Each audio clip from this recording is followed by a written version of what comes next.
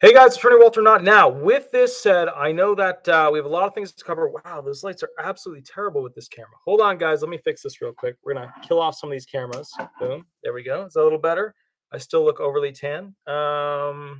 Still a little bit too much. Hold on. Let me get rid of this one. 1 second. Boom. Now it's too dark, and we're gonna raise this one. And perfect. We look so not ready. Very good. That's actually all right. We're doing good. With that said, I hope you guys can hear me. I hope everything's working. I am right now. Let me go ahead and do that. I am right now in New Jersey. I am so beat. I spent the last 6 hours basically staining a tack room for the barn. So, with that said, I just want to let you know I have a horrible, horrible headache, but I want to go straight into the part of why this video matters. We're going to be doing essentially three sections. Section 1, what's going on with this whole oil stimulus? Section 2, an update on the Ukraine war. Section 3, answering questions for people who have questions about disability benefits. Let's get right into it. Please remember to like, subscribe, and leave 5-star reviews. Above all, leave 5-star reviews. All right, here we go. Gas price stimulus. We're going to go right into the stories. It's presented from Star Telegram. Gas price stimulus check. These three proposals in Congress aim to offset high gas prices.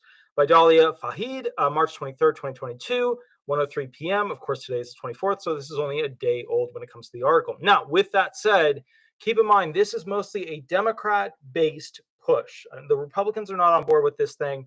I don't have a full understanding as to why they wouldn't get on board with something like this, but usually Republicans support kind of the big oil business industry, although they pulled away from that a lot over the past couple of elections. So we'll see what's going on there.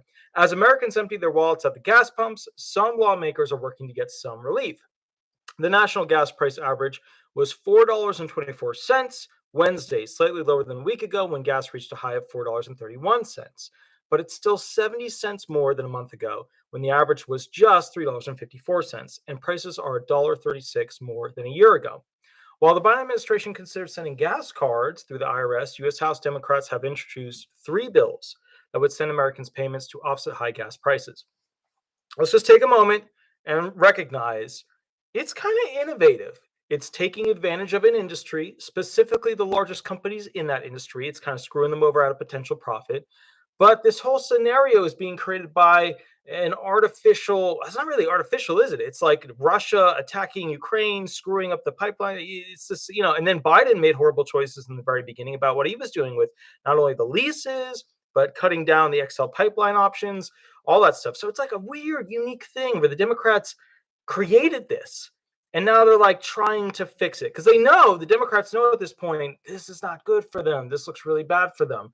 But at the same time, we had really high gas prices during the Bush era. But when Biden first got in, he didn't do any favors to the gas industry. And he took all the great things that were done in the administration before him and he threw them into the toilet. So this is their attempt to kind of fix what the president did when he came into office. So let's keep running. While the Biden administration considered sending gas cards, they would be similar to pandemic stimulus checks and child tax credits. Okay, so this would essentially be your quasi fourth stimulus at the federal level. One of them would be based on how high gas prices are, and two others are based on how much oil companies make.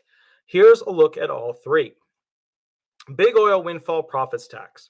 On March 10th, Representative Ro Khanna, Democrat, California. I don't know the Democrats of California. I don't pronounce their names. The U.S. Senator Sheldon Whitehouse, Democrat, Rhode Island, introduced the big oil windfall profits tax to curb profiteering by oil companies. It would tax large oil companies like ExxonMobil and Chevron and give that money to Americans as a quarterly payment. This is a bill to reduce gas prices and hold big oil accountable. As Russia's invasion of Ukraine sends gas prices soaring, fossil fuel companies are raking in record profits. These companies have made billions and used the profits to enrich their own shareholders while average Americans are hurting at the pump, Khanna said in a press release. All right, now there's something you need to realize here. Traditionally, big oil funds Republican politicians. And the weakening of big oil, meaning like go to electric cars, go to lithium ion batteries, yada, yada, go to, use more like, Facebook, yada, yada, stuff like that. The tech companies are what's funding the mass money that goes into Democrat politicians. The oil companies traditionally go ahead and fund the Republican politicians. So what's happening is it's a war of how they're getting funded. And the Democrats are trying to destroy the oil companies. ironically, by pushing us into this, technological battery, future, which is not a bad thing. It's not a bad thing. But at the same time, what they've created was this weird setup. So I don't know, everybody says, oh, the Democrats knew they're doing blah, blah, blah.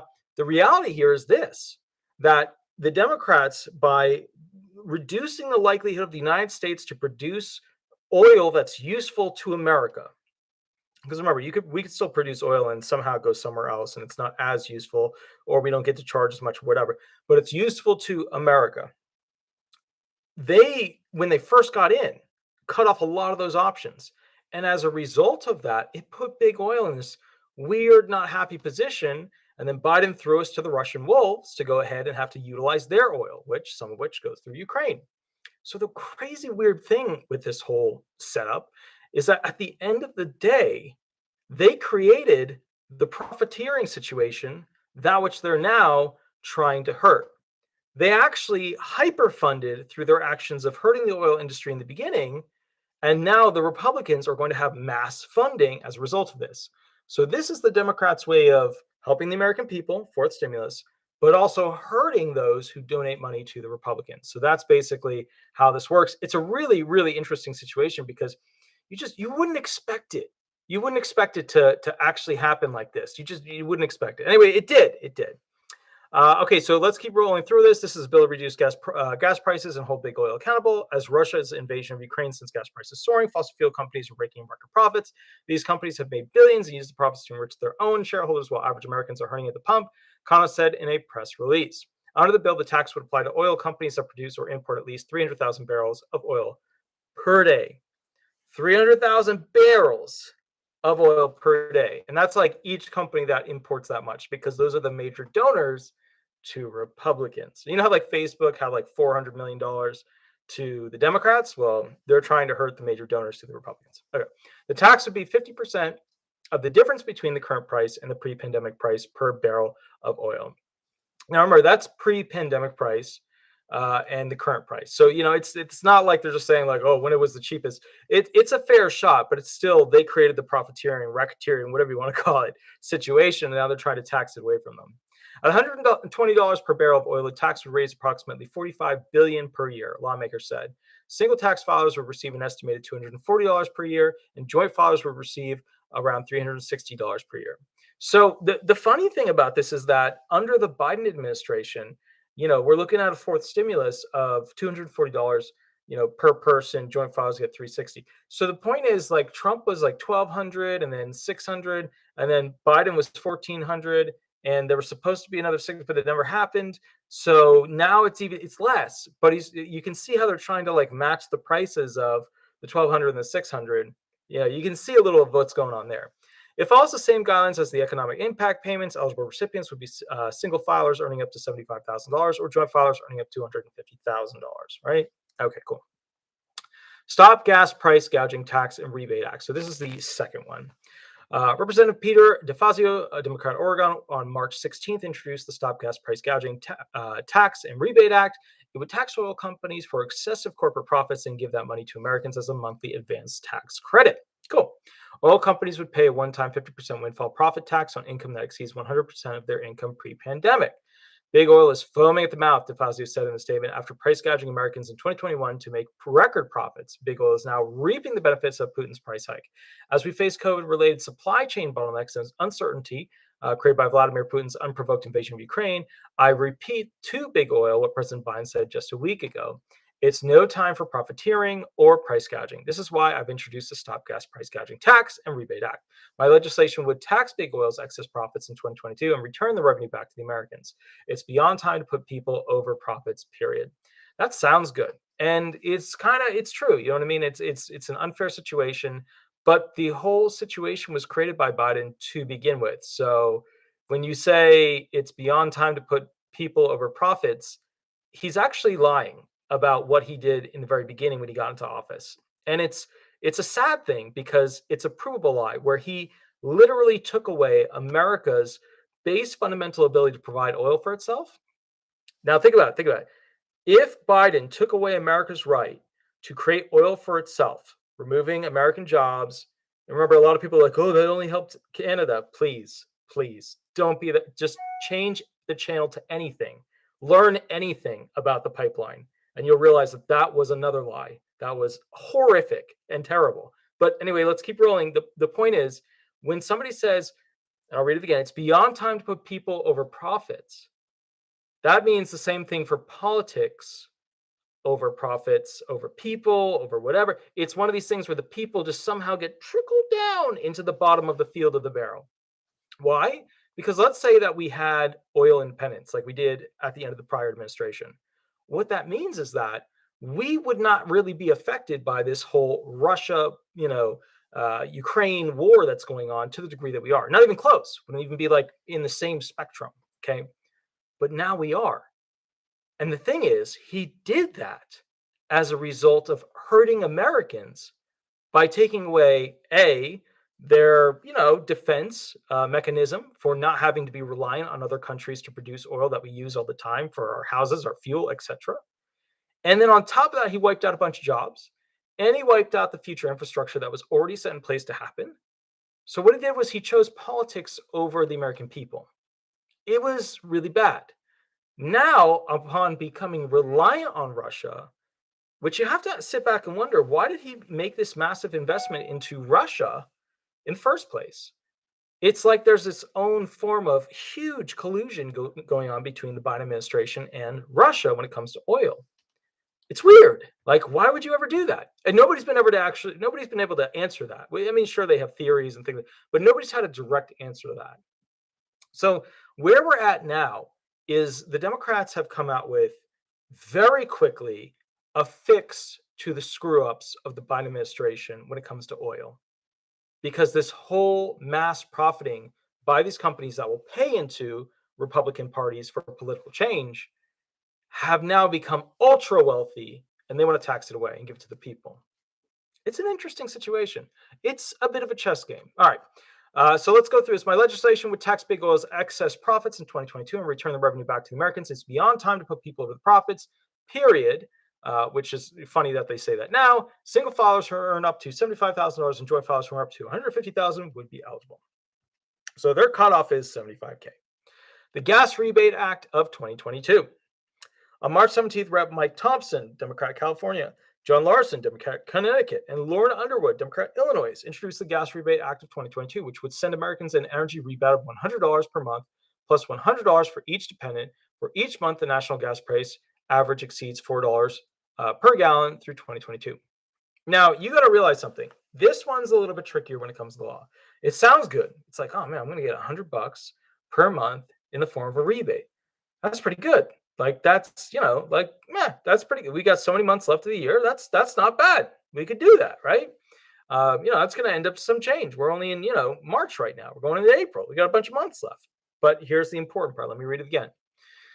Which would send Americans an energy rebate of $100 per month plus $100 for each dependent. For each month, the national gas price average exceeds $4 per gallon through 2022. Well, you know what they're going to do then. Once they go ahead and pass this, all of a sudden, the fuel companies, right, are going to lower their, per barrel rate, your ExxonMobils, things like that. And then all of a sudden, this lovely thing is only going to last for a month or 2 months. If I don't even think it'll last 2 months, they'll just lower the barrel so that basically you get the gas. So that's under $4 per gallon on the national standard. This is like one of those things where they promise a lot, but there's like a caveat and you end up getting screwed at the end. That's this one. That's this one. Americans are feeling the impact of Trump and Vladimir Putin's illegal invasion of Ukraine. Why don't they just call it a war? I mean, it is a war. Just call it a war. You can call it a war. It's okay. You don't have to listen to what people tell you to call things. And right now, we must work together on common sense policy solutions to ease the financial burden that my constituents are feeling, Thompson said in a release. The Putin price hike is putting strain on our economy, which was created by the Biden administration.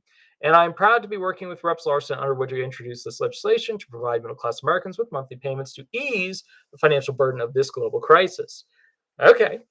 Eligible recipients, $75K, joint filers, $150,000. Cool. Awesome. Those are the three main things that we're dealing with pertaining to essentially a fourth stimulus. Two of them are kind of like a promised amount. And then one of them, which could be big money, but we know it won't be, is essentially one that will get you hardly anything. It'll probably get you about $100, or if you have a couple kids, you'll get a couple $100 on top of that.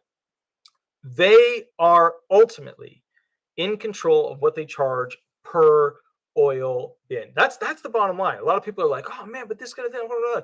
No, when ExxonMobil plays the game, and they play the game well, they are in control of what the barrel ultimately costs and all the things that take place for it to get down to the people, for the people to buy it at the pump. Now, I want to point out something very important. If we tax these oil companies, right? Under the first two, they could go ahead and raise it and make it worse to try and regain profit. Under the second one, they've got to lower it so that they won't get as much profit, so that they don't have to bleed money into the American people. There's loopholes out of both or all three of these particular situations. So you got to understand, this is not really punishing the ExxonMobil and groups like that. They're more than capable of fixing the system to go ahead and output whatever they want to. So trust me, at the end of the day, the American people are not going to get that much out of these groups. It's just not going to happen. But the real agenda behind this is the Democrats want to hurt the major funders of the oil industry to the Republican politicians. Okay, that's where the big money tends to come from for those politicians. Okay, now with that said, let's go on to the next portion of this. I'm going to be calling specifically the gentleman who is a security expert relating to things that are happening with the Ukraine war. I've asked him to look into particular things that were of concern to me, and I think also concerns to you guys. Let me go ahead and begin the process. I'm going to go ahead and bring him up real quick. Give me 1 second, and then we should be good to go. Let's see. Hold on 1 second.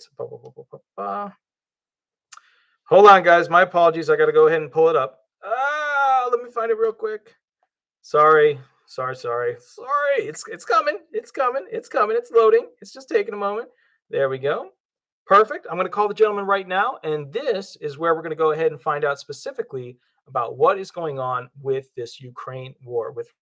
And hopefully we'll get a great insight as to what's going on into the future of it, and then how people can basically prepare if they're disabled individuals with this situation. Howdy, good sir. Howdy.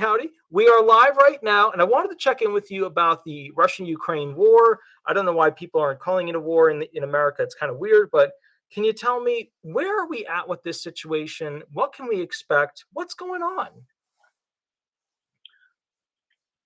Thank you for calling. I appreciate the opportunity to give you and your YouTube followers an update.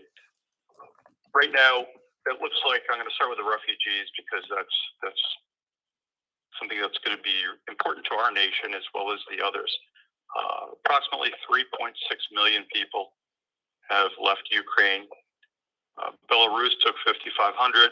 Poland so far has taken 2.1 million.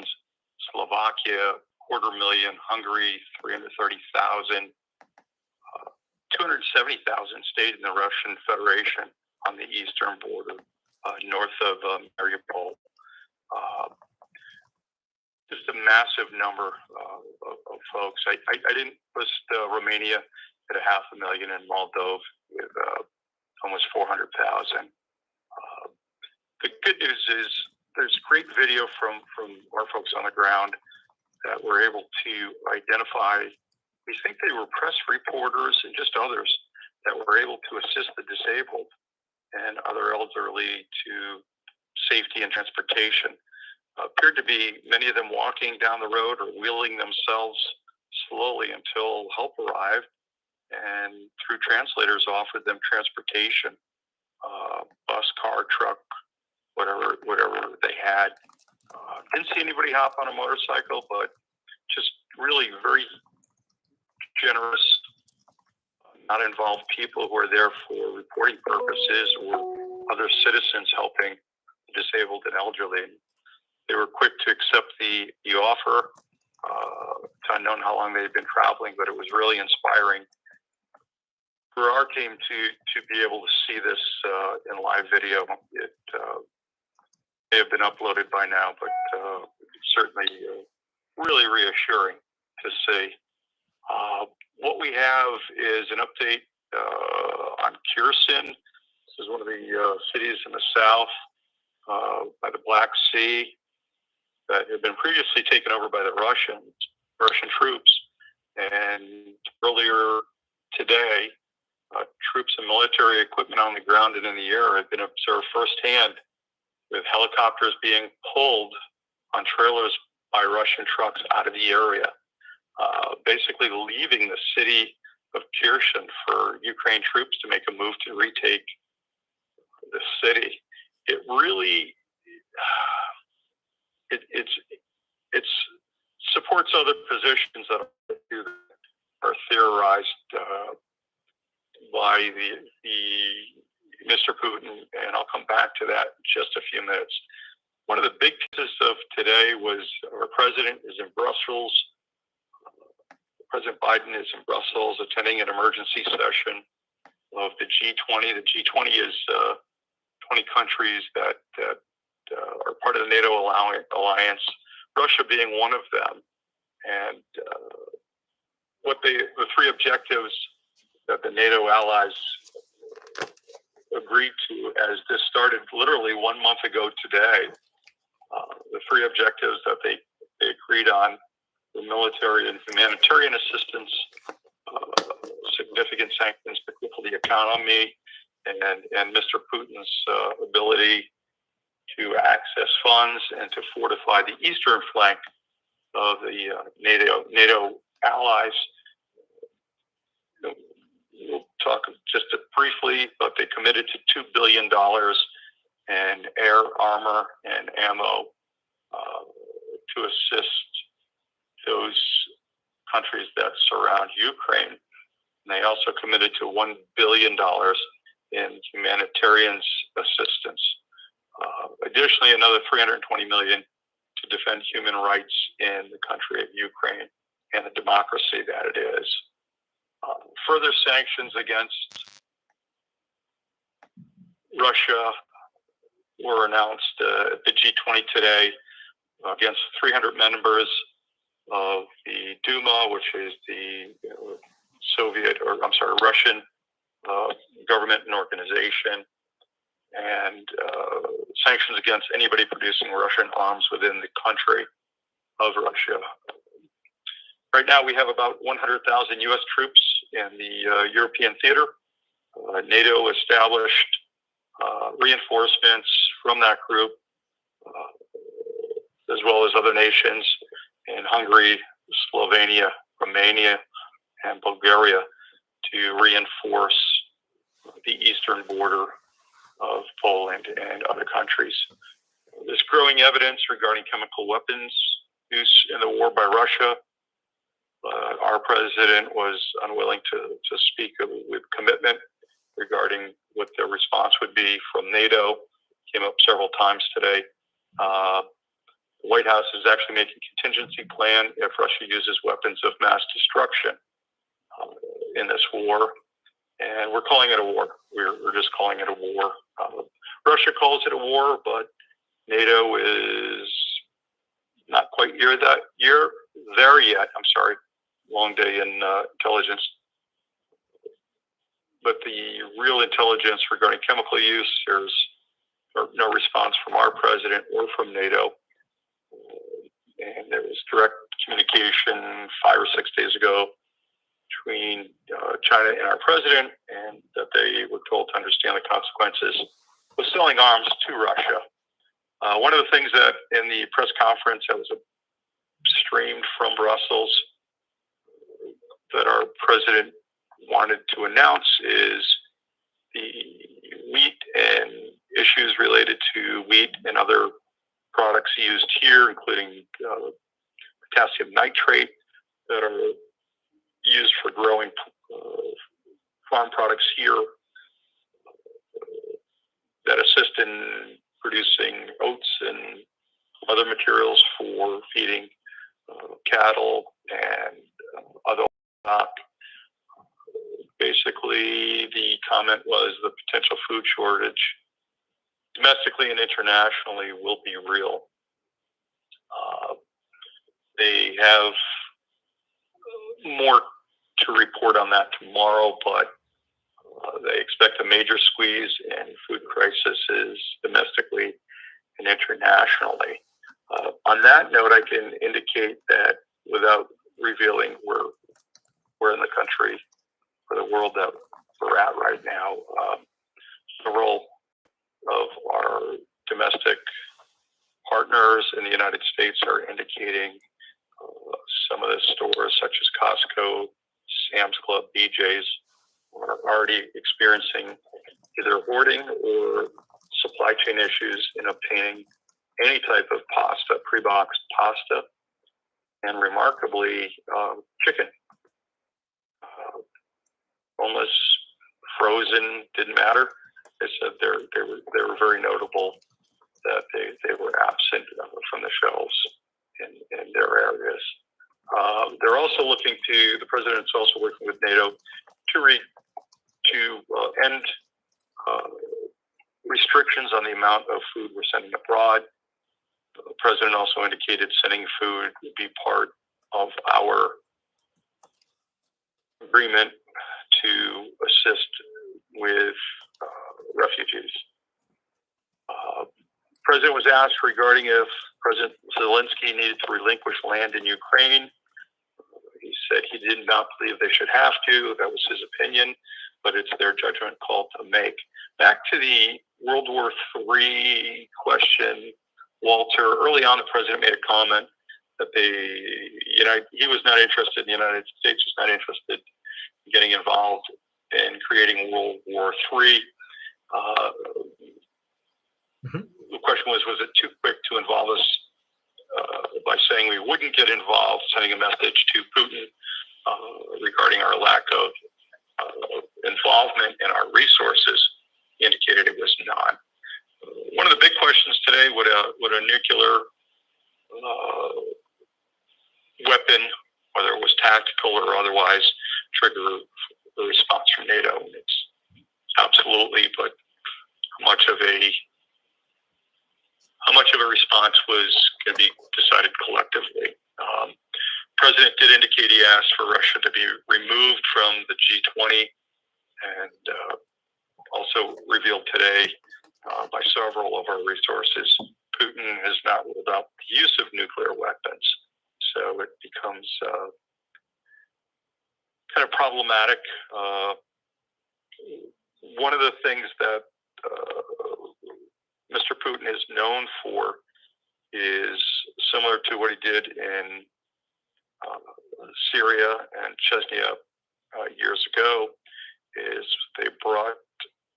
the tactics were falling back, similar to what we were seeing in Kherson, where they're withdrawing their resources and then literally using other devices to go into the city to deal with the urban warfare. And exactly what they did was they were Western supplied weapons, and what they did is literally just, once they got their troops back far enough, they just leveled these cities in Syria and Chechnya years ago. Right now, the ground forces for Russia are digging in defenses anywhere from 15 to 20 miles outside of Kiev, as they're making little to no progress towards the city. What we're seeing also is they're no longer trying to encircle Kiev and pushing the Russian soldiers further back. Russia troops appear to be prioritizing the fight in the Donbas region, specifically in Luhansk and Donetsk, which is on the far eastern border adjacent to Russia.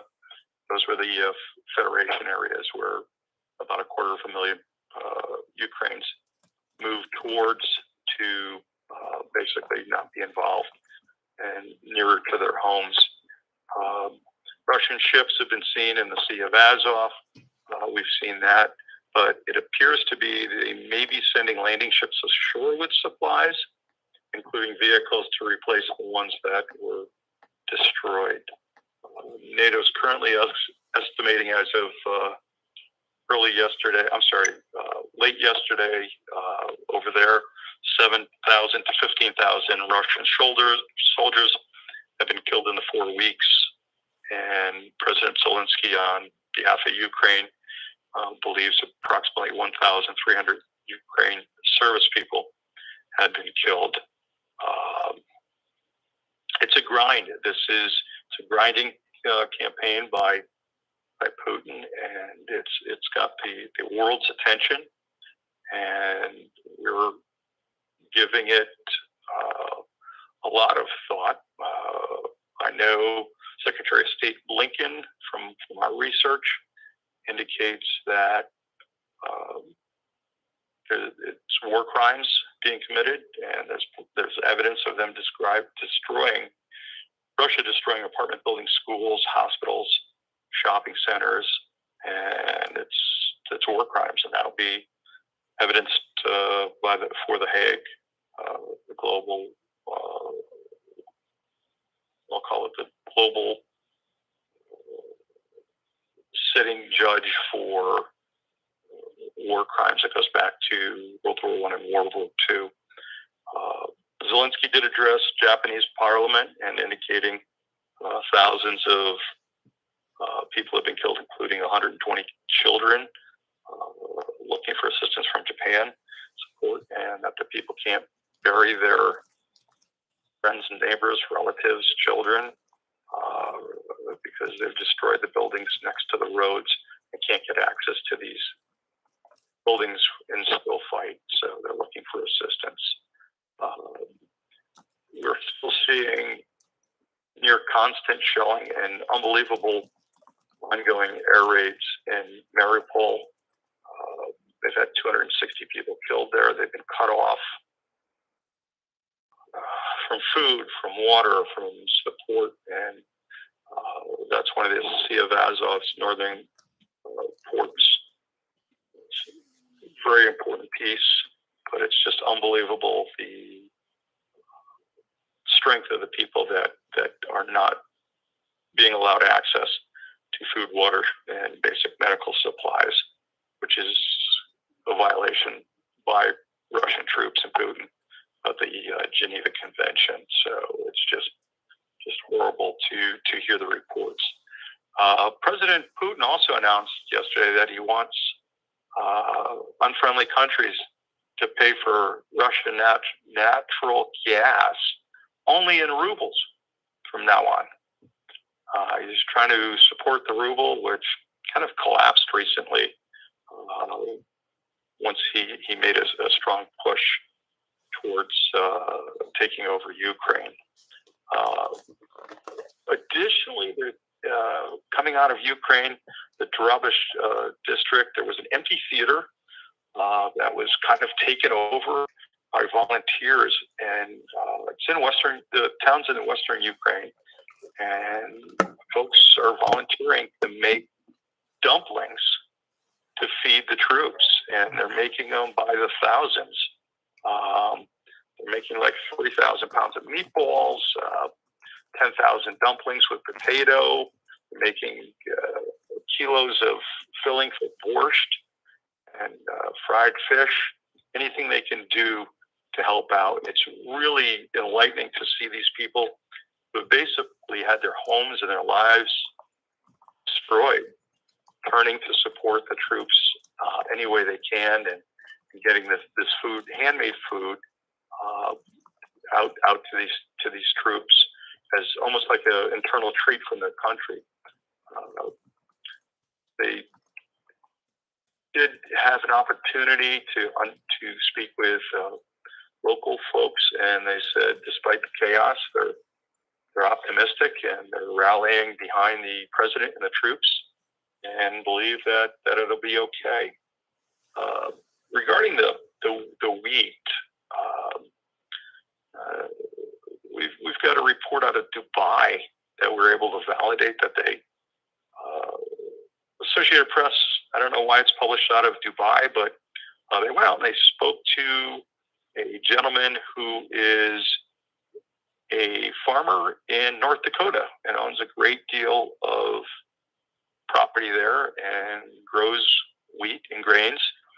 And he said the price is going through the roof for all of it.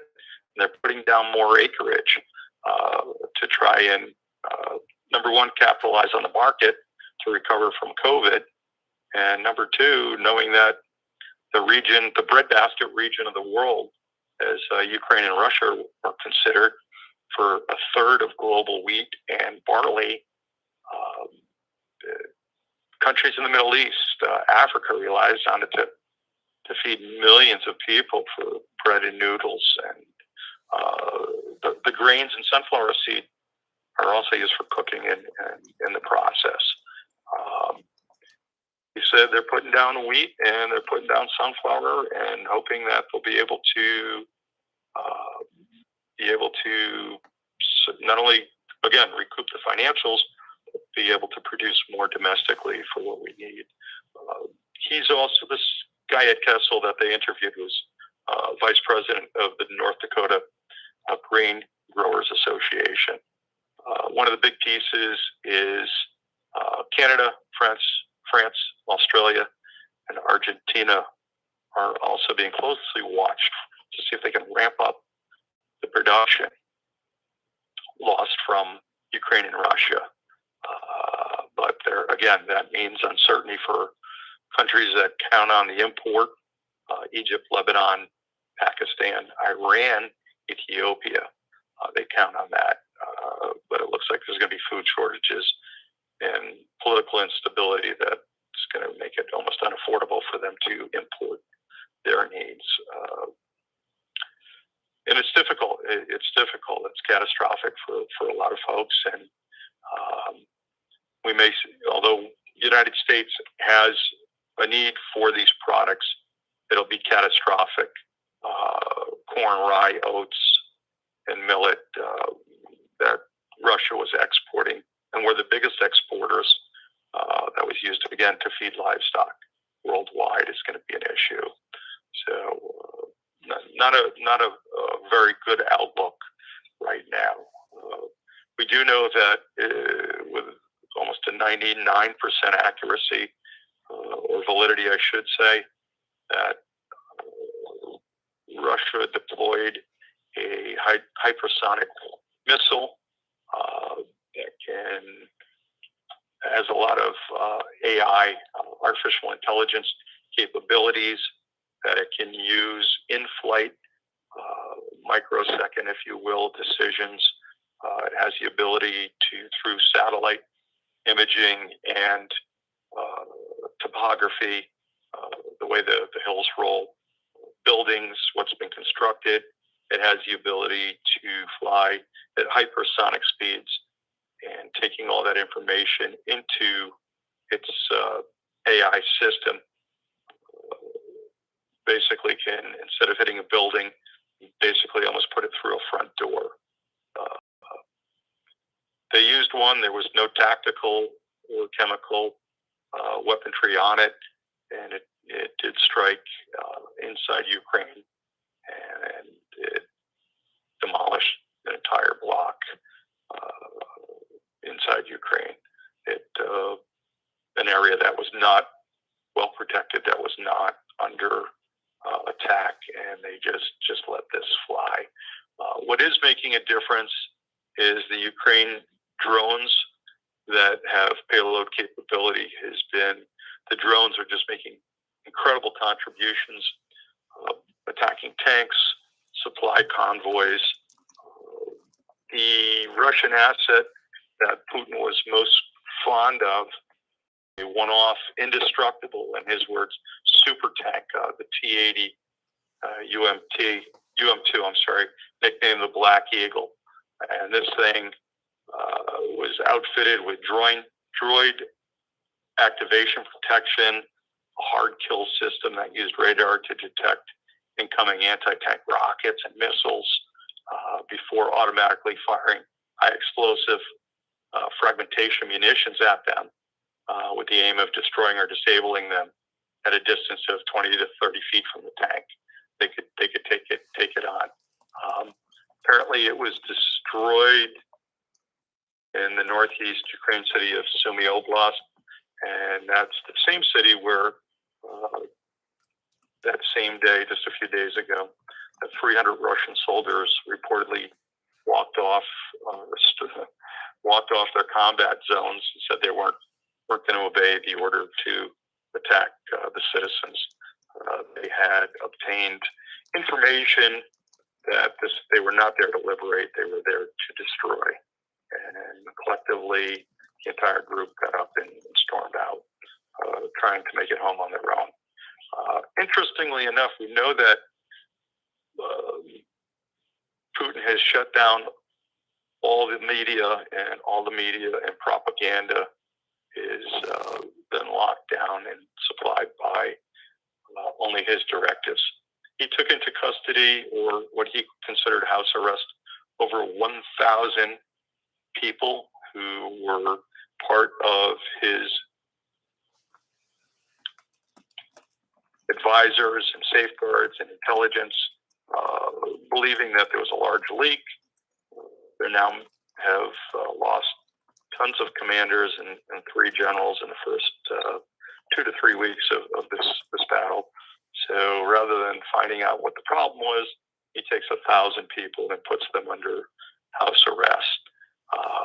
The only thing that's really active over there is Arnold Schwarzenegger is actually one of like 22 or 25 people that President Putin follows, if you will. For those who are unfamiliar with Arnold Schwarzenegger, he was big for Hollywood action movies and was the former governor of the state of California. He produced a 9-minute video hosted on one of the remaining Russian channels that can go to everybody and has not been shut down because of the way it's managed outside of their country. This video basically fills the viewer in on what the reality is of the Russian-Ukraine conflict or war. Or he is very blunt. He is very frank, if you will. And he said, send it long and send it wide and start spreading the word. This is not what you're being told. We're looking closely at those surrounding Mr. Putin at this time. I have my notes. Hold on one second. Sure. Last. Yeah, we're working on concentric rings of security surrounding Mr. Putin. Our president has committed to sending anti-tank and anti-aircraft missiles to the Ukraine fighters, and believes yesterday, just trying to keep the time change accurate, that they were being brought into the conflict yesterday to help the Ukraine's fight. So it's very dynamic. It's very fluid. President Zelensky is unbelievable in his presentations, in his encouragement to his people, and it's just absolutely admirable that the amount of faith they have in him and their creativity. One of which is recently they were purposely flooding the muddy roads. And I don't know if we talked about this last time, but it became so muddy that anything that was on wheels or tank tracks was getting stuck in the mud. We had photos of the mud being so thick that the line of tanks was up to the turrets in mud and made them inoperative. Brilliant. No weapons were needed. No lives were taken. No lives were needed to be sacrificed to take control and have them abandon these vehicles. And it was just brilliant thinking. Just absolutely brilliant. And it continues. So I hope I answered your questions tonight. Just a lot of information. Lastly, North Korea launched their largest ICBM. It did land within, I'm going to say within 100 miles of Japan, and that part of Japan and the water is considered exclusive economic area as agreed by NATO, and here we have North Korea throwing a missile. It flew for 71 minutes. It was capable of flying. It did fly, 6,000 kilometers. It did that, 3,728 miles, but it had a range of, it landed about 684 miles, literally in that exclusive economic zone, which is just west of northern, what they call northern prefecture in their country, which would have been, the flight took place about 2:44 conversion, Eastern Standard Time. So it was just, now we have North Korea throwing things, and it's just, it's the first time they've launched that type of weapon since 2017. So it's just, everybody's got a piece in. China's involved, North Korea's coming about, Taiwan, Japan, and so we have this ongoing effort. It's believed that the buildup on the Poland border is to dissuade Mr. Putin from entering a NATO country. Back to the chemical weapons, lastly, or a tactical weapon being used. They've already discussed G20, if, depending on which way the wind blows, literally which direction the wind blows, if it crosses into a NATO country, it's considered entry into that country, not to mention the use of a tactical or nuclear weapon. So they're very upfront, very forthcoming now. At the end of the day, at G20, they did something very interesting. And today, they were in Brussels. The press conferences for those that were providing them to their countries live from Brussels was supposed to take place at just say 6 p.m. and it was called at 1 p.m. and done by 3 p.m. and everybody was out of there by 3 p.m. So collectively, they took it as a move to have to sort that out. Really unknown. We don't have enough information. We're below 50% in our validity here on why they did it, but just an interesting thing that had not been done at G20s in the 17-year history that they've been meeting. And again, this is an emergency meeting, so just very interesting. So yeah, that's what we have for you. If there's any questions or any concerns, again, providing for yourself is something Federal Emergency Management Agency, FEMA.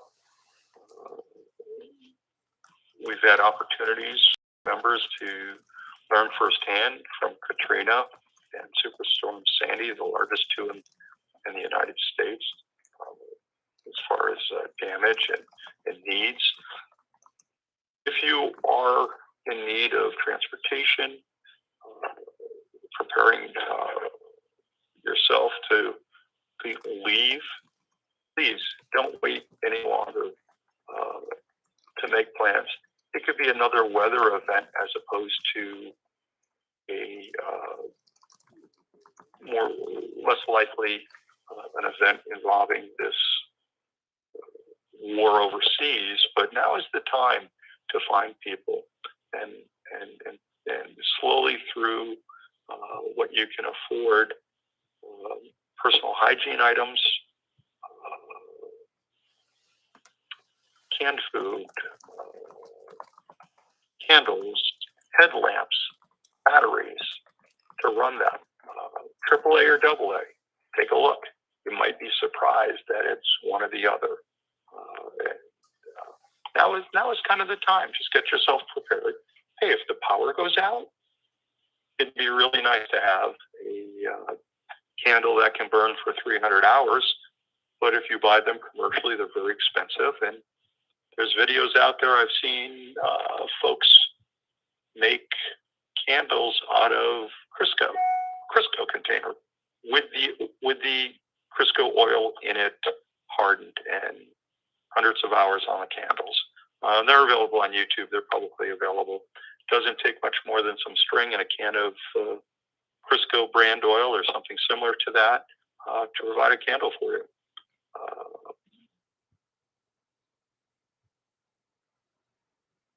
Oh, did we lose you?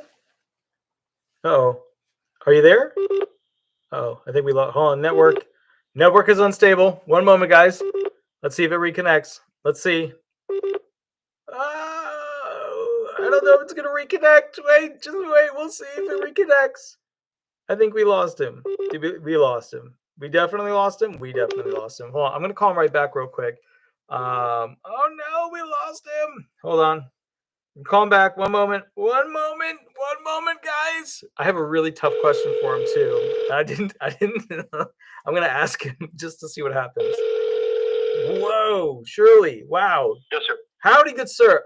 Shirley just donated $100 for hot chocolate and marshmallow money. Thank you. I appreciate it. It has been in the 30s here on the farm. I really appreciate it. All right, so I've got to ask you a tough question, and I know that you're not going to have an easy time answering this one. I was up last night thinking about how I would answer this question, whether it would be with giant blimp bombers or a virus or what. But everybody's talking about how Ukraine is going to win this thing. You're a security expert on this stuff. Tell me, how could Russia win it and get what they want out of this? It's a good question. It is difficult. I think what happened here, and just a brief history.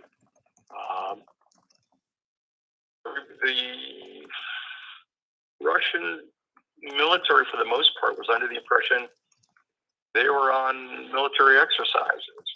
And we've talked about this before, but very few knew they were not in Ukraine. A bit of a surprise. You have moral issues, you have ethical issues. You also have, as this thing drags on, I mean, there's thoughts that, they've basically come up hard. Ukraine's come up hard against Russia, and could they win it? Yeah, they could. They certainly could. Some of the analysts that we come in contact with are very intelligent people that have a lot of experience, and Putin believes the things that he's saying about the Ukraine people welcoming him. Then it didn't work. It just didn't work. It failed. Ukraine forces of 2022 are completely different than the fight in 2014, where they annexed Crimea and began, that stronghold on the border of Donetsk. Previous incursions by Russia gave Ukrainians training by fire and quickly allowed them, if you will, to change the way they were doing business in this war. And what they were doing is adjusting the shortfalls. So what we have this time is Russia struggling with significant logistical problems, fuel, clothing. They didn't expect to be out in a tank there's no heat in a tank. It's just one of those things. But a lot of people with frostbite, a lot of the troops, and it's just showing that President Putin is just not getting what he wants from his military. The equipment was poorly prepared. He thought the old school way of doing business, he could still do it, but they're now experiencing shortage of Russia's ammunition and more manpower issues. How do you get 300 soldiers get up and walk out? It's almost unheard of. And then we have the financial sides too. Putin's very close to defaulting on a $150 million debt of foreign currency, and it just creates more resentment for what he's doing. People want to get paid. Most of the major corporations pulled out. Most of the financial organizations pulled out of Russia, and it's an issue. It's a significant issue. I can see, the Russian military might prevail, but there's a resistance in it, and it's pretty ugly. It's they're kind of losing a lot of soldiers. Ukraine's got very talented military people, and as we know, it's been reported that there's snipers on the buildings. Can Ukraine take it? Yes, they have the potential. Do NATO organized states, including the U.S., be extremely careful not to create that third World War III event? Yeah, it could happen. But right now, Ukraine's defending itself, and they're just doing a tremendous job. One of the concerns, should Russia or Mr. Putin pull it together and suddenly just pull it all together and just march through, right? So if that takes place, it's believed it's not a far reach.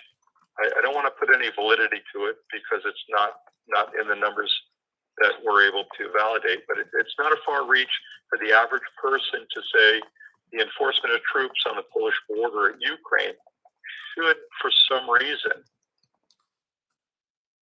Russian troops and Mr. Putin figure out how to take over the entire country of Ukraine and make a move towards Poland, it's going to be a different deal. It's a different deal. He never intended for a unified Europe. The Ukrainians basically are it's until we win or die. That's the philosophy that translates, and it translates well, and it's inspiring. So I think if he takes the country as a leader, I think he's already vilified, but it's not the way it was years ago, and that's the way Russia's fighting. So to answer I hope I answered your question. Can he march through? I don't see it happening. They don't have the resources, and unless the resources, even if they came through the Sea of Azov to resupply, just to for Mariupol or somewhere like that with new equipment and more weapons, it's not enough. It's just not enough. You have people that are uninspired, freezing to death, have frostbite, have no fuel, and get stuck in the mud up to the top of their vehicle or near it. It's just not right. And people are learning the truth through people like Arnold Schwarzenegger putting it out, and the Russians are hearing it. It's not. When they go back with 7,000 to 12,000 soldiers, Russian soldiers that have died in what they thought was liberating a country from Nazism, how do you think those moms are going to react, Russian moms, to Mr. Putin? Oh, they're going to want to murder him. I think it's a big... Yeah. Well, yeah, so I don't have the crystal ball, and the team I work with does not have a crystal ball to how this ends. But the guerrilla warfare tactics and urban tactics that they're using, including filling the road up with water and making deep mud. I mean, it's comical, but brilliant. Same thing with the Molotov cocktails. They've outlawed the consumption of alcohol in Ukraine. and they're using all the liquor bottles they have and turning them into Molotov cocktails. Just amazing. Just amazing. It should be interesting. I know I probably didn't answer your question, but or provided any insight, but here we are at a month, and it's just not good. Just not good. And again, the long range attacks from ship. The United States was flying sub hunters up and down the coast yesterday, domestically from the Carolinas down through PA, and 2 or 3 of them were observed by, I'll call them distant team members. Curious what that activity was about, but they did some overlapping patterns. They also have the capability of dropping devices that will read if they're subs off of our course. But it was everybody's active. Everybody's active. Does our team believe Russia can do it? 80-20 for Ukraine right now. Wow. 80-20 for, 80-20. Unbelievable. Just right now, that's what it looks like, unless Putin pulls the most criminal of acts with nuclear weapons. It's just kind of crazy. I think we talked briefly, and one of the guys just handed me this last piece. If the war's displaced more than half of Ukraine's children, and of that half, 25% are and a quarter of the overall Ukrainian population are the kids. 2.5 million children have had to relocate inside Ukraine, and more than 1.8 million have crossed into other countries, according to UNICEF, and that's United Nations Children's Fund. And it's just amazing, these organizations that we talked about that caretake for the children and identify them immediately so they can be relocated or identified where they're traveling until their parents can come back or a family member comes back to bring them home, wherever that may be, or move home or take them wherever their next home will be. But just incredible systems in place for caretaking of the children. It's just unbelievable. So, and heartwarming to know that they are caretaken for that. That's excellent. Well, good, sir. Got a bonus question there? Yeah, indeed. I feel the bonus question coming. Well, I mean, like when I think about Russia and the situation of them winning, I think nuclear is the big thing. It's the big thing that everybody's afraid that they're going to use. But I think they made some major tactical mistakes. If I were the big scary bear, right? If I was the big scary bear of Russia, what I would have done is gone after the satellites. I would have found a way to go ahead and bomb the satellites, EMP the satellites, get rid of the satellites so that they wouldn't have constant access to the internet. I would basically make it a situation where they wouldn't have, the way I would have done it is I would have done a better job at combating essentially the guerrilla war tactics that are being used by the Ukraine. Everybody knows the guerrilla war tactics are highly successful against organized heavy machinery. And we now live in this era. 20 years ago would have been different, but we live in the era where we have, where a guy could hold or a woman could hold essentially something that could kill a tank relatively quickly and easily. So the technology of having these big monster machines against these, smaller groups of people with these new high-tech, rockets and things like that, it's just not a successful model. And yet Russia is filled with that. Russia was always the big, heavy armor, large millimeter shells type of organization when it comes to building the war machine. But I guess from my perspective, the thing that I think that they really failed on was going after the satellites. And then I think the other thing they failed on was basically not using the submarines earlier. I think the other thing that they failed at was not, basically, you know, I guess this is just a thing that I think is important, would be to not focus all of the energy on basically the main capital right off the bat. They kind of they did this like we're coming in here and then we're coming in here and then we're coming in here, and they were spread out and they were trying to do this surrounding thing. I would have just punched a hole right to the capital, taken over the capital, and then at that point, having wiped out the satellites directly above and continuing to bomb them and wipe them out. Some people would say, "Oh, you've immediately created the NATO situation because you took out, a satellite for the U.S. or a satellite for that." But I don't think NATO would have had the chutzpah to go ahead and say, "Now we're World War III." That's another thing too. I mean, when it comes to Ukraine, what is to stop him from putting a nuke into the atmosphere above, where people would become sickened by the radiation, and knocking out tons of satellites that are directly over. And obviously you have a rotation factor, but you could build some sort of bomb that would continuously take out satellites up there, or just send up multiple bombs. I think that was, for me, the weakest part of what his actual action plan was. If America had done it, we would have had, some sort of like, spaceship drone all the way up there, knocking out satellites, clipping their wings, taking their solar panels off, all that stuff. But Russia's big thing is like, well, we may not take back your American astronaut. What a threat.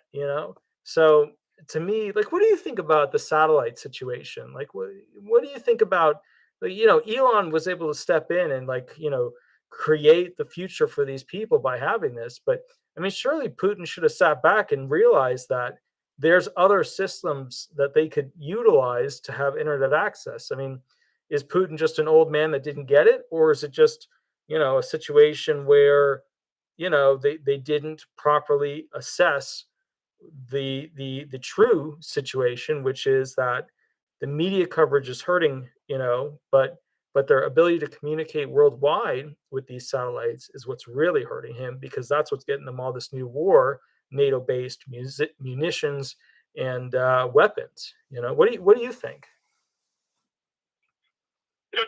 Taking out a group of satellites is a bit of an issue, and part of that issue is when you take it out and you create debris in space, what other satellites are you sending those trajectory pieces into? So when you think about just going after X brand of satellites because it produces imagery that shows the drones taking out tanks, and using the drones as an identifier, and photos, and the photos of the tanks being taken out are really dramatic.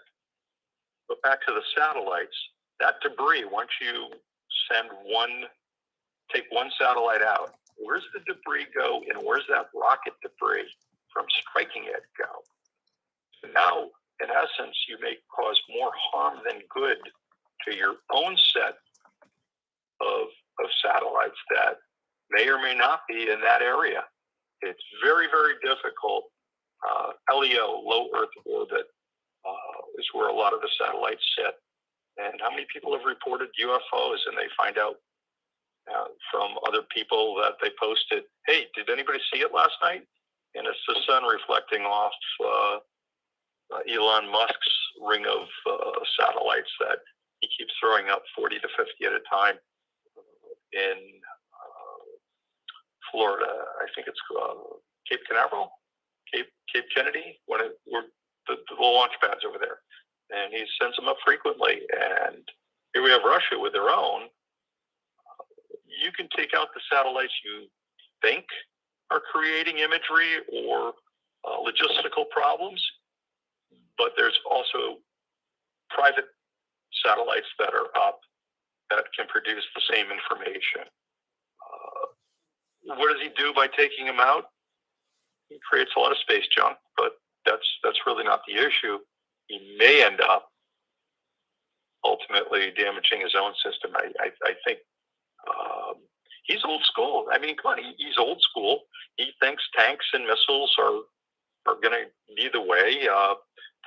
the tactics, the methodology, the operational systems all failed because they weren't caretaken.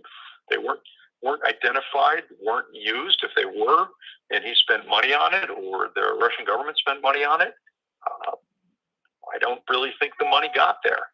I don't think they bought the right equipment.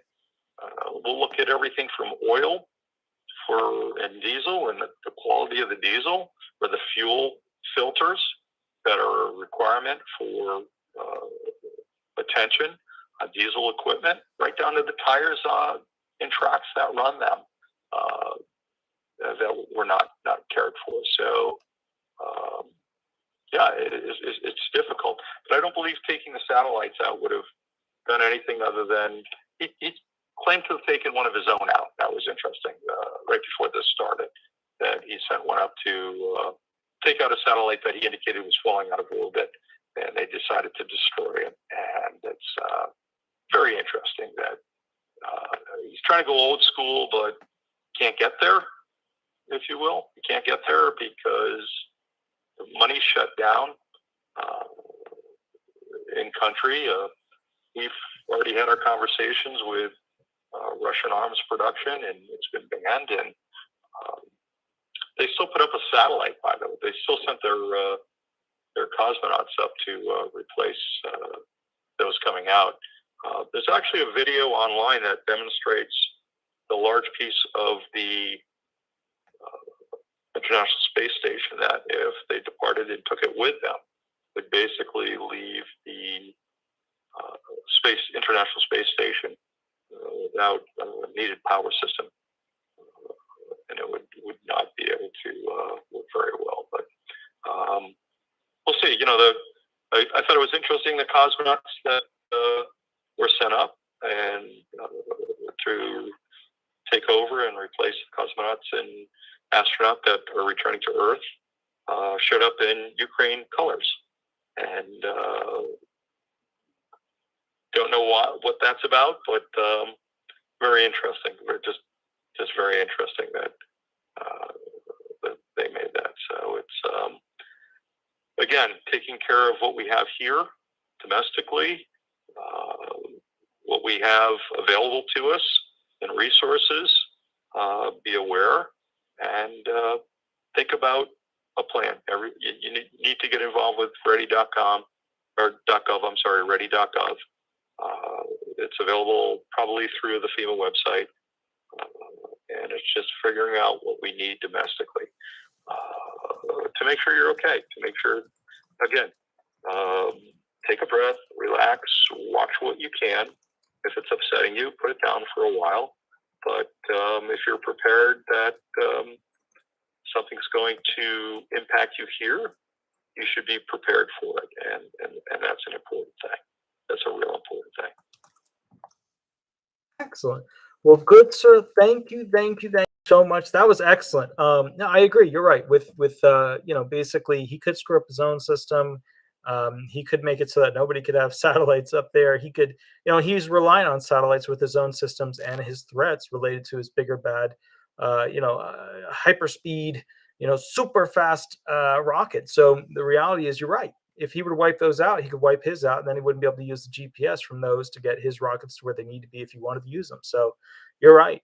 But good sir, you have a wonderful night. Thank you so much for coming on the show. And hopefully, I'm really hoping we can catch up with you next week. And you always have such amazing, insightful information.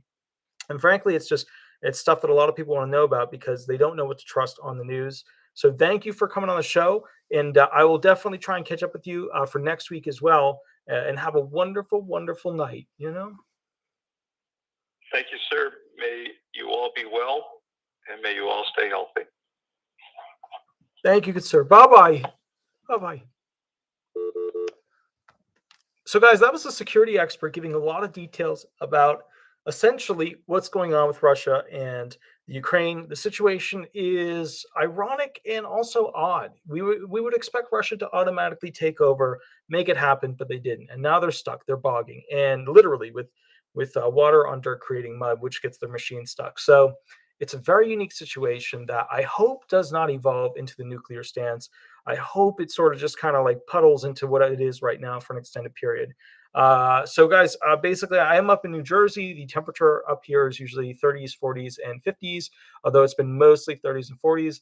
And when you're on top of a mountain, it's even colder because all the wind hits the bottom of the mountain, climbs up the mountain, and then hits you. So I have these special sweatpants that basically have like Sherpa stuff on the inside, and that's what I wear when I go out and work. And tomorrow, just a heads up, I'm actually going to be taking off completely from the law firm because I have to catch up on work to make this trip up north to the family farm really work, because the bottom line is I have to just kind of catch up on work. Now, I'll be posting some videos about stuff I've been doing there. People really like those videos. And I want to again thank Shirley because she donated $100 there, and that's just really, really incredible and nice of her, and it's just amazing. Basically, before I actually came on here, I was doing this kind of stuff in the tack room, prepping to go ahead and paint and stain and all that stuff, because the tack room is it's like a 25, 30-year-old barn. There's no other way to put it. It's just things are like faded and worn out and blah, blah, blah, blah. So I'm just going through and restoring what I can. I'm doing the best that I can. It is really, really cold. It's so cold that when I move around with my body after eating, that I actually will get a stomach ache because everything in my body is so tense that it doesn't work properly. Now, I've put on about 15 to 20 pounds just for the purpose of coming up here and working here. The reality is that at my regular weight, you can probably see I have a little bit of a double chin right now. At my regular weight, I am not capable of working that physical kind of labor. So I have to add some pounds on to have reserve energy. And also, it's so cold that I just have to have extra weight to keep myself warm. With that said, I'm going to now open up the phone lines so that people can go ahead and give me a call as we kind of finish up specifically the process for essentially, let's just put it as it is, answering any disability questions that come on board. I know we're kind of reaching 10. I'm hoping the moderator will stick with us. Where'd she go? There she is right there. Basically, guys, if you want to go ahead and give me a call on the cell phone, it's right here. I know we've reached 10 o'clock. And the purpose of Thursday night is to basically answer questions for people who have questions about essentially disability benefits. So sorry, we all took a little bit too long there. Happy birthday, Renee, as well. Excellent, excellent. There's the moderator. Very cool. So guys, if you want to call me, totally cool. There's the phone number. I'll just kind of chill out and talk to you about what's going on in the Social Security industry for the next like 4 or 5 minutes.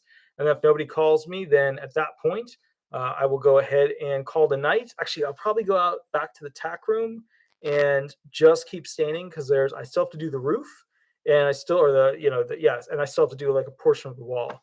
And God, there's so many spiders in there. Oh, there's so many spiders. It was just miserable. But I named 3 of them, so it all worked out. All right. So what's happening in the Social Security field right now that's kind of unique? And I'll kind of go through the basics.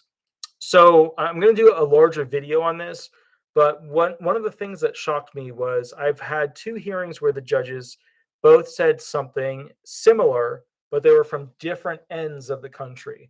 So one was based in what's it called, New Mexico, and then one was based in New York, and they both said the same thing, which I frankly just froze. I was like, "What are they talking about?" Both judges said to me at the very beginning of the hearing, to the claimant as well, that they wanted to have a relaxed testimony and that there would be no cross-examination from them. Now, let me tell you what happened. The first judge that said that did not have a massive, large cross-examination afterwards. It was just a quick little couple of questions and done. So I was like, what's going on? Is Commissioner Kijikazi directing them to not cross-examine these, claimants like we always have? And then the second judge that we did that was in New Mexico, said the same thing, and then proceeded to cross-examine the F out of the claimant. Let me explain something to you. I do not get surprised from questions from judges ever anymore. I've seen it. I've heard it. I know it. I got it. I do not get surprised. But this judge cross-examined the bleep out of that claimant, and even I was surprised. there were trick questions in there that I was like, holy crap. Oh, I didn't even see that one coming. And, I've seen it all. I've seen all the different trick questions. But what made it so shocking to me was that it was just like the hearing opened up so sweet and so nice and so fluffy. It was like a bed of just relaxation and calmness. And then all of a sudden, I get done with my line of questioning. The judge pipes in, and like I know that the claimant is like pretty prepared, pretty good. This would have been the most horrific bleep show had I not prepped the claimant as much as I did. We ran questions with that claimant, I don't know, 8 or 9 times. They were solid. But even I was sitting there like, oh no. When he would like come out with a question, I was just like, I was listening to the question, I was like, oh no. Claimant, think through this. Buddy, turn it on. And the claimant did pretty well. There were a few screw ups, but you remember, like, there's no perfect claimant that's going to like answer everything perfectly. But that judge came out with some of the most tricky. It was like an evil character from a Disney movie. It was just really, that judge did it. I sat back after that hearing and was like, damn, that judge got that claimant good. But then when I thought about it more, I realized the judge didn't really get him that well, because had that been like if that had been like a different law firm or like a non-legal rep claimant where the claimant was just like had no training, that it just would have been horrific. I believe in that hearing that judge was inspired to be that aggressive as a result of the claimant not making a bunch of mistakes throughout the questioning. That's my feeling about this. So that's kind of the thing. Hold on, we're getting a call real quick. Let me pull this up real quick. Hey, this is Attorney Walter Knott. We're live on YouTube. Would you like me to answer a question, or would you like me to run hearing questions? And remember to use a fake name. How you doing? I have a little different comment, I think. I want you to keep us happy. It's very depressing being disabled, and we can't do what we want. Sure. But do you have any humor you can share on us, please? Yeah, I mean, there's been a lot of interesting things going on. Do you have any jokes? Oh, jokes? I mean, I not good ones. I mean, so here's the thing, like, Even yeah, like, even if it blurs the lines of good and evil, that's okay. I mean, I think there are some of us who are strong enough to determine what is meant by your comment. like, I would say this, like, I guess what's become humorous to me is that I've repeated so much with the system on how it works that I guess what, oh God, what do I say? What are some funny things going on in the field? That's funny. Yeah, no, I just I'm not sure exactly what I would say about things that are really, we're in this weird like changeover. And one of the good things that's really happening is that the disability field is becoming more of like people are aware and more relaxed when approaching it, because they're not so stressed, they know how it works now. They've got a better understanding of it. I've been disabled 20 years now, and it's just another day.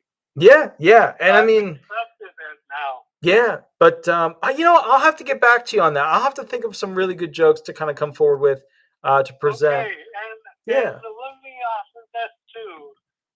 If anybody's looking for overseas brides or something, I've had to succumb to that. Oh no. I've gone to third world countries to try and find someone that will accept me. Oh geez. And because I know it's a kind of a backwards way of fulfilling my need, but that's what I've had to succumb to, and I think that's okay. If there's anybody that is interested, you can try Christian Filipina. It's a dating app. It's very, very helpful for me because all the girls are go through a rigorous inspection and cleanliness and law as well as the country. And I think that's the answer for me, at least. I would say us. But it's at least the answer for me. Sure. And Sure. I wondered what your opinion was on that. I wouldn't know. Like honestly, when it comes to the whole dating area, I've pulled back from trying to date anybody right now because part of the thing is. No. Oh, go ahead. Yeah. You are not like visually different than people. Okay. You look normal to me. Sure. And you're a lawyer, dude. Yeah. That's good. You've helped me so much. Yeah. Over the years. Absolutely. But there are some of us who can't drive and can't get out and do things and are stuck in a really bad situation here at home. We don't have any other option than an internet dating or finding a girl in a third world country to console us regarding different issues. Yeah. No, I hear you. You talked about your dating life. You've given up or you've put that on hold. I assume until you are ready to jump back in the field. I mean, honestly, like you gotta understand, like, so I go to bed at like 1 or 2 a.m. just from working. Like I wake up, I work, and it's. So I don't, like a lot of people at my age, have like, and that's the thing. When I go on Facebook, I look at people on Facebook and they have kids and they're happy and they're in some foreign nation. That's the age bracket you're looking at. Right. And that's the reality. And you gotta understand, like, it's just one of those things where, and that was another thing, I dating somebody with kids was something I was kind of looking into. And then I realized some issues there. Like the big issues are that the ex-husband usually has very strong, like I didn't even realize how strong, but incredibly strong abilities to control the other spouse or the ex-spouse in their activity, and then they use the children against each other, and it's horrific. And then another thing that's a really big deal is like the whole academia thing. Like I went to like really blue blazery schools, and if you are with somebody who didn't do those things, then when you talk about like what do you expect the kid to do, what do you want the kid to do, like how do you prepare the kid, like like for me, when it comes to academia, you have to do a bunch of things with the kid for the kid to be successful to go into higher level academia. So for example, like you have to have them working with a nonprofit, you have to have them have their own plan, their own design, their own product that they want to work on that is unique, like its own innovation. Yeah, and like and that's the thing is like when you talk about that stuff, if you talk to somebody who has a kid already, then they sometimes take it as like an offense that their kid is not matching the level of expectation of what you have. And then it's like, well, if I have a kid with this person, how's that gonna go in there with an open mind? Yeah. And no expectations. Yeah. And your field opens right up, man. No, I hear you. It's just, it's like the more I see how things work in the relationship field, I think honestly women get the bad deal in it because, let's call it like it is. Women have to like, have the kids to some degree, a large amount, raise the children. And you have to pick somebody who's basically going to raise the children in the manner at which you would hope that they've become great adults in, because only I think a smaller percentage of the adult person that they're going to become comes from the husband in most relationships, or at least a relationship that I think I would be in. I think that's just how it would, because I'm more old school in that regard. But I think one of the big things that I see as a potential issue is that you're not quite old, but you're kind of silver fox. There you go. Got a little bit of the. I know I get it cut short, so I cut that stuff out. But no, I totally hear you. Yeah, I actually had a big phone call with the moderator about this system of.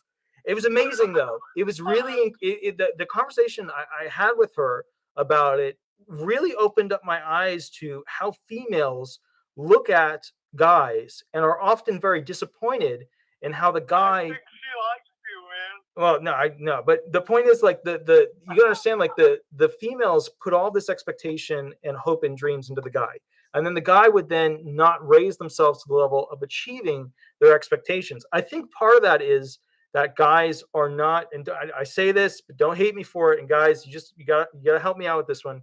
I don't think guys are really trained in the understanding of what women really want because women watch all these shows on TV that dictate to them what Prince Charming will do for them. And guys watch all these shows We're about. all trained by you too. Well, yeah, but and that's the thing is like there's like a break point. There's like a media like and that's the thing. These movies are tutorials on how to interact with somebody else.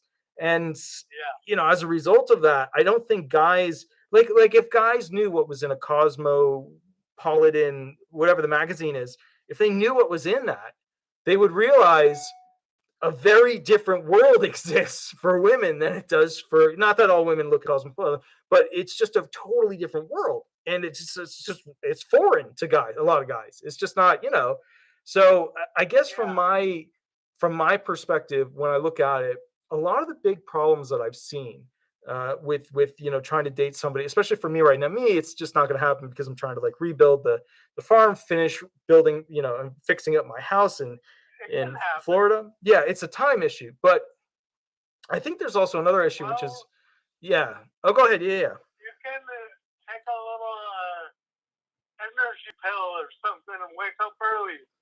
Oh God, I am on Kachava with extra chocolate sauce. I'm like sitting there with the Hershey's bottle, like trying to get the chocolate to be more chocolatey. I'm on vitamins. I'm on all that stuff. Like it's just. So your heart is already. I'm as boosted with vitamins and super foods and stuff like that as I can be, which is why I'm extra chubby right now. But the thing that I've realized is just that No, it's because it's winter. Well, yeah, it's also, and it's freezing up here. Like when I was in Florida, like winter in Florida, if you had a day in the 40s. Yeah, like if you had a day in the 40s in Florida, you basically would die horrifically from just thermal issue. You would not survive. You wouldn't survive. Yeah. But coming up here where it's like everybody's like 30s, 40s, 50s, but it's mostly 30s and 40s. Everybody up here is like, nah, no biggie. It's not in the teens. It's not in the zeros. We're good temperature wise. Everything's cool.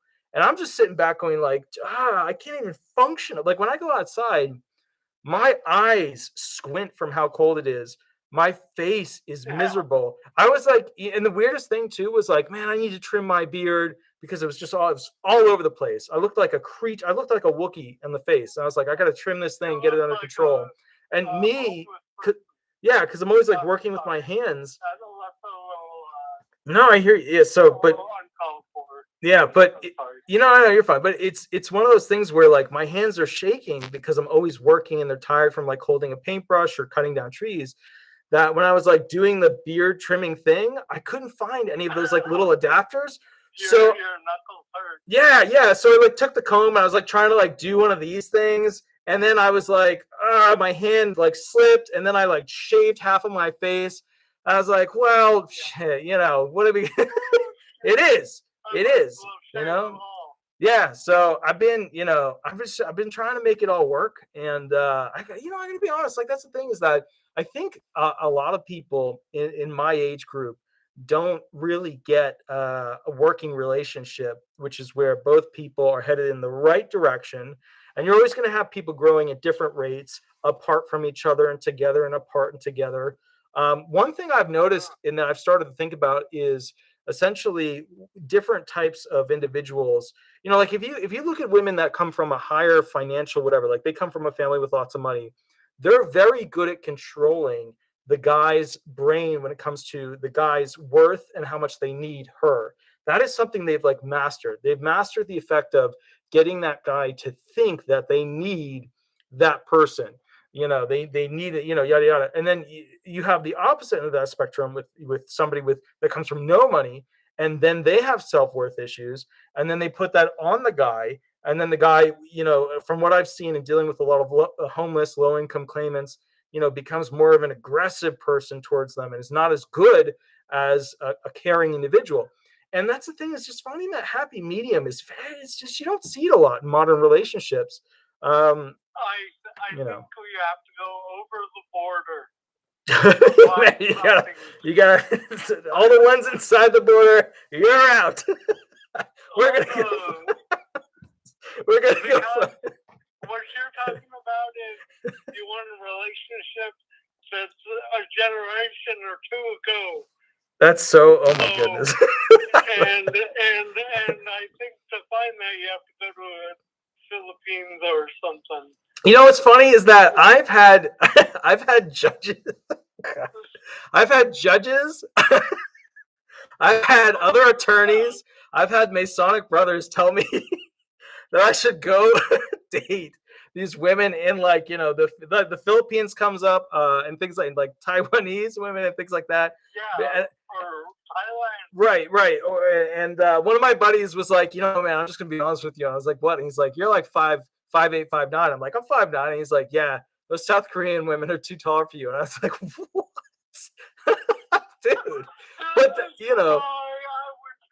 but that's the thing, is like, it's just when the right one pops around, the right one pops around. I've always known when it was a thing that I should go in that direction. Like when I saw the destroyed, falling apart house that I bought, and I always laugh with people about it. When I bought my mansion on the water, my 1-story, roof is collapsing mansion on the water, my dream home. I knew that it was going to be horrible, but at the same time, I knew, like, this was me. This was my spot. I was going to live in this as it crumbled, and I repaired it. And I was cool with that. I was down with that. I was happy. I'm super happy.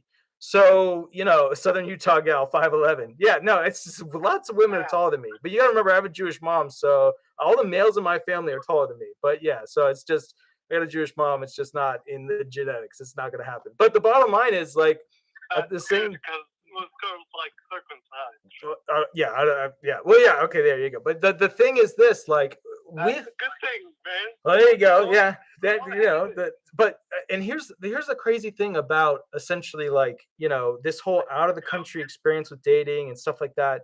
There's so many women in this country that have the capacity to do so much with their life, but I think women have it tougher. I think women with the whole they have some very high standards here. Well, you have to give up on yourself and wait on them. I think it's giving up on yourself and being a waiter on hand and foot for them. And you have to come in with the big check at the end of the month as well, and you have enough on your plate. And that's the thing is, I think women have changed. Like I know a woman that I dated back in the day called up with me, and she's like, "Hey, what's going on?" She asked me some questions about, like, her executive resume and stuff like that, and she just got a job. Somebody who hadn't finished her. She hasn't finished her college stuff. She's only like 1 year into college, and she just got a job for over $100,000 in the tech industry. And I was really, really impressed and proud of her for doing that, because, as an individual, she faced a lot of difficult she grew up in a very, very low income family. She grew up in not a culture that traditionally equates to executive females, which is like a new term that's just only in the past 30, 40 years even been something that could be uttered. So for me, it's just like, I was looking at that, I was thinking to myself, this is a good thing. And I think women, and that's another tough thing. I don't think guys give enough credit to women that are trying to build something, do something, make something. And I think women largely are translating into something new. Like women back in the day, 100 years ago, would fit into the work life of that guy. But now they're translating to having their own thing. And I gotta be honest, I think that's the healthiest way to go. And I think that I remember when I went to Europe, I met some women there and talked with them, and their mentality was very different from American women. They were their own boss. They Yeah. were their own thing. They were doing their. But I think that the TV stations are promoting the wrong type of strong female woman. I think what they're promoting is just like the Real Housewives woman or the executive of the. It's just not what I think the future of a strong woman actually will equate to in America. And I think that like a lot of women are approaching dating in a very different way now. The way they America is equal rights.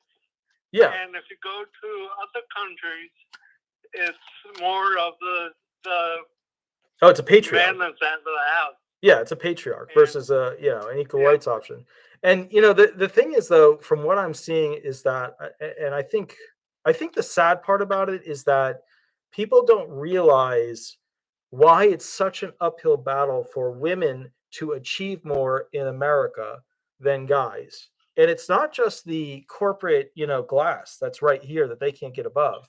You're It's doing the a good job making friends. well, no, I no, my point is this, like, think about it.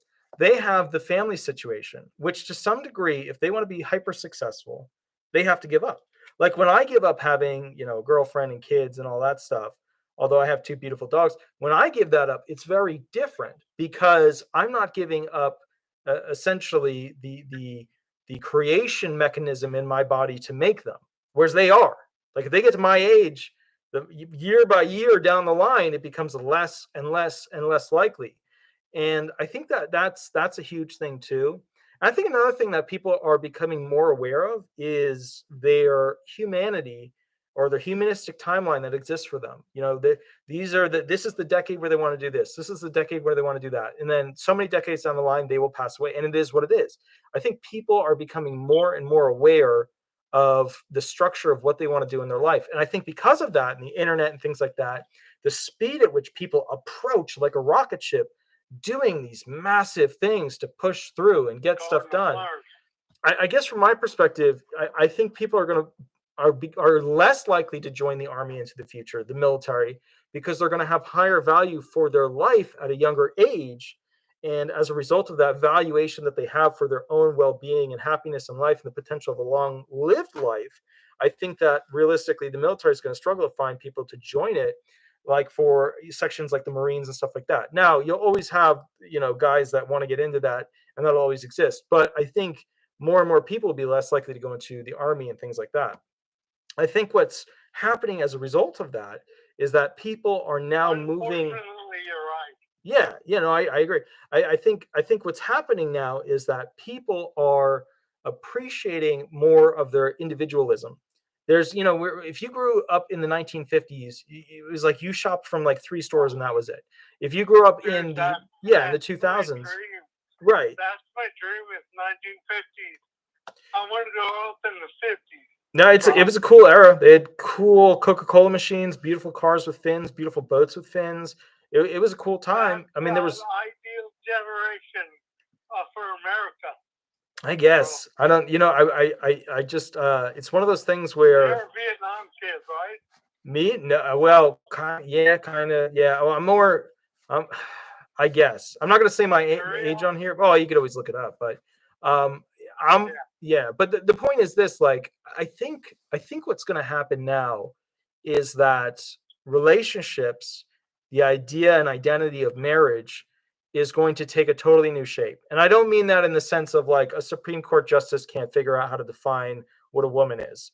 Like when I heard that and I saw that, I was like, that proves politics has destroyed our legal system. Right there it was. Politics has seeped into the highest levels of the judicial system. The judicial branch has been broken by politics. We knew right then in that moment that it was destroyed. And the sad thing is that when it comes to judicial review, the judges, there is only one level, completely on the line, accurate and truthful, and politically, destroyed. Those are the only two options there are. There's nothing in between. And so when a judge is not able to define essentially what a female is, what a woman is, I don't care if you create additional categories to represent other groups. That's totally fine. Do it. Give them their spot. Don't become California. Yeah, but the thing is, like, when a judge can't define that, how do you expect them to define essentially smaller, unique parts of a claim, right? When they're like, oh, well, I'm not an expert in that. Well, they're supposed to be by reading everything about it that's provided by experts to then define a proper definition When and you then result in a decision. But that to me was just, when you open up too many areas for leeway, you get a clusterfuck. Sorry, dude. this video is going to be totally demonetized, and that's fine. It is what it is. It doesn't matter. It's fine. But here's what I would say. We are getting super late. It's 10:22. I am going to go ahead and I'm probably going to go back out to the tech room and keep working away to get that room finished. But I'll say this. You guys have a wonderful, wonderful night. Good sir. Thank you so much for calling in. I will catch you a little bit later, and you have a wonderful, wonderful night. All right? Hey, just curious, what kind of car do you have? I drive a Prius and an F-350 dually. So I have like the best of both worlds. Yeah. Figures then. Indeed, Okay, indeed. Great, Walter. Love you. Love you too, man. Have a wonderful night. I'll catch you later. Bye-bye. So guys, the show was going like this, and then we went that way. So, but anyways, I hope you have an absolutely wonderful. I hope you have a wonderful night. I will catch you a little bit later. I hope you guys learned something from the show, and I don't know, live the dream. If you have any questions, catch up with me. I'm sorry we didn't answer a bunch of questions for the show. Next week, I will specifically put aside at least an hour to answer questions for people who want to call in with questions. I will catch you later. Have a wonderful night, and thank you so much, guys. Bye-bye.